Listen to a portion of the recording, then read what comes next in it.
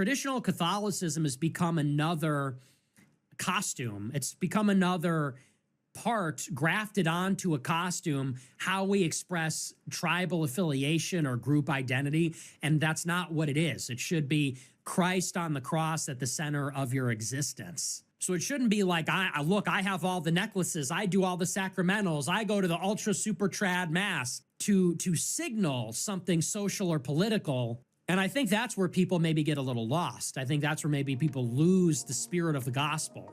Nick is completely right about this. I think this is a problem within traditional Catholicism, but it doesn't have to be. The original pioneers of what we now call the traditional Catholic movement were not just in it for the aesthetics.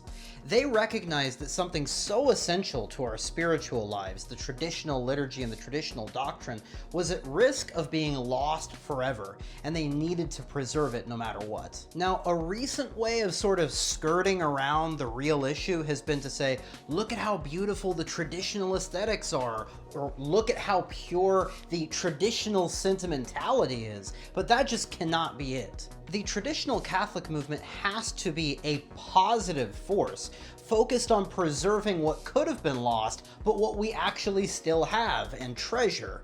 And that is, firstly, doctrine, secondly, the liturgy that expresses that doctrine, and then thirdly, the aesthetics that accompany it.